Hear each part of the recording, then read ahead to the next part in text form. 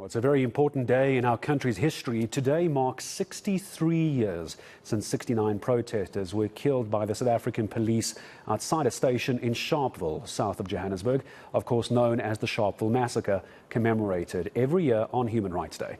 Unfortunately for residents of Sharpeville, their daily reality does not reflect the gains of the struggle. Many are still living without clean water, electricity, and that's despite the load shedding, and roads and infrastructure in Mfuleni that are continuing to be a problem. So there's a number of issues to discuss. Let's go live now to reporter Manqoba Mchunu, who joins us to talk about this, and especially where you are now. Manqoba, hello to you. It seems as though for those who don't live in Sharpeville, it's a very important day to commemorate. But for the residents of Sharpeville, I'm sure it feels like just the other day when this massacre took place.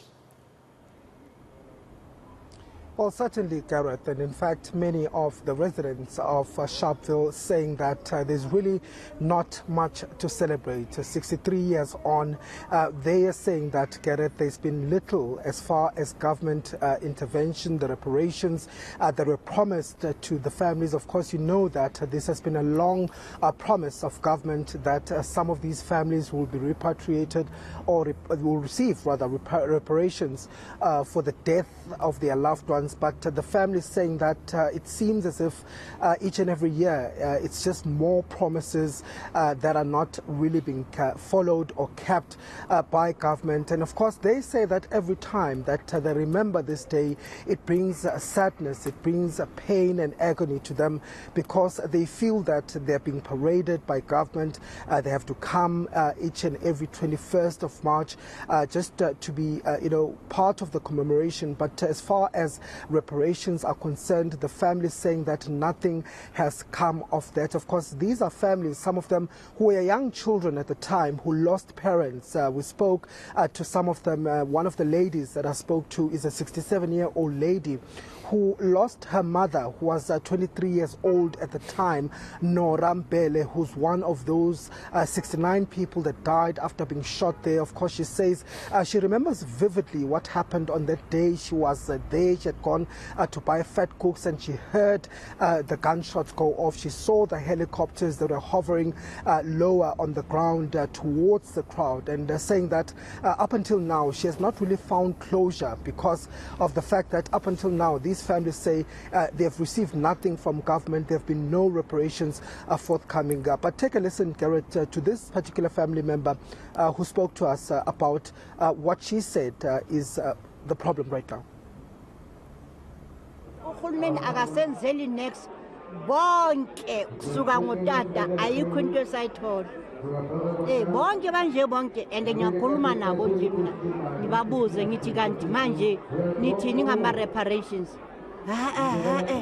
fika namhlanje baba sisayilindile i-reparation asitholi next akukho next ngithi siyabona nje ukuthi basikhohliwe ngalo suku leli basifuna nje basibeke phambi kwabo nimane nis-interviewa nje sibe amashow sihleli nje basikhohle kodwa bona bahleli kamnandi phezu kwegazi elachitheka abasikhumbuli bona ngingakanani ngangingakanani angithi yazonyalitshela ngithi ngangina-6 khona nje ngina-67 cabanga ngiphile kanjani siloko siphila kabuhlungu emndenini sihlukumezwe.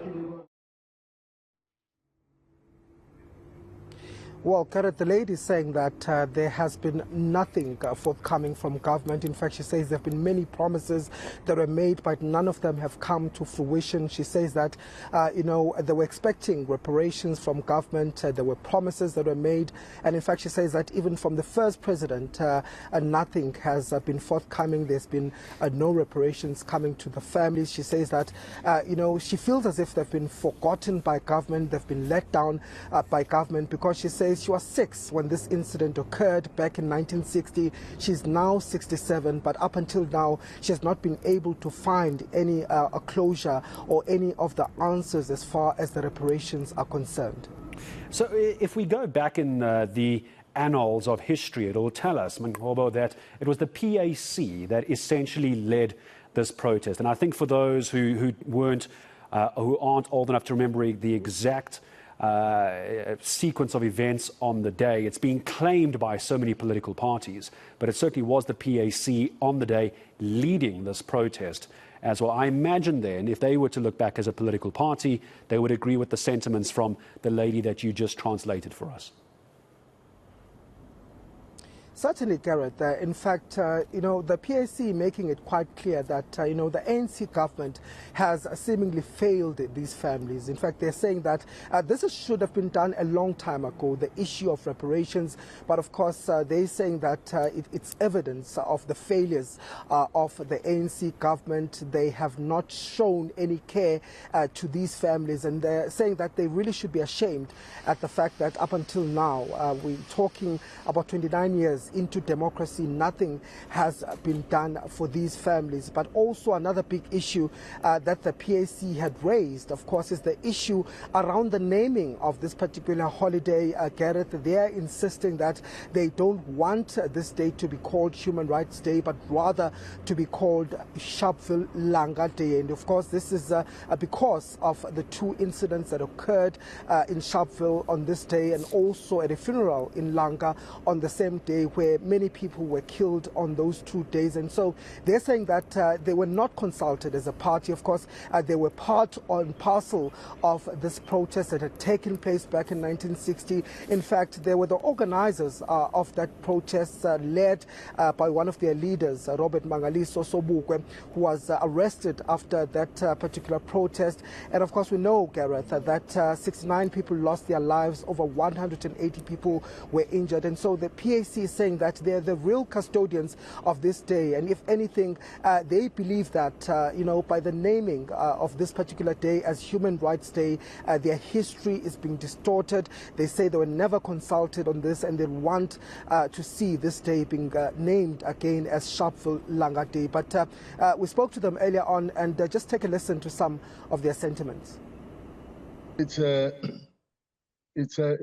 about history. It's about distortion that this government has been doing, not only in Sharpeville, but in all historic events that has a PAC legacy. Now the event or the day was organized, orchestrated, and led by PAC, Sobukwe, Philip Khosana, Makwetu, and others throughout the country. But the government, the so-called democratic government, decided to change it to Human Rights Day without even consulting the PAC or the PAC leadership at the time in 1995 when they changed the day. And we feel it is also a distortion of history, because in some quarters, more especially in the media, I listened to another TV station this morning. They were saying ordinary South Africans decided to march against past laws. And there's nothing mentioning of PAC, of Sobukwe, and of the right history of what happened on that day. Now that's the reason why we want it to be called Sharpville Day, Langa Day, Sharpville Massacre, Langa Massacre in Cape. So that kids do not get wrong history, because now they're distorting the right history of our country. Manqoba, the debate around changing it from Human Rights Day to Sharpville Langa Day will continue, I'm sure, for many, many years to come. My thanks to you. We'll come back to you perhaps later in the evening. Otherwise, you can expect a full report from Manqoba Mchunu for us covering Human Rights Day out in Sharpeville.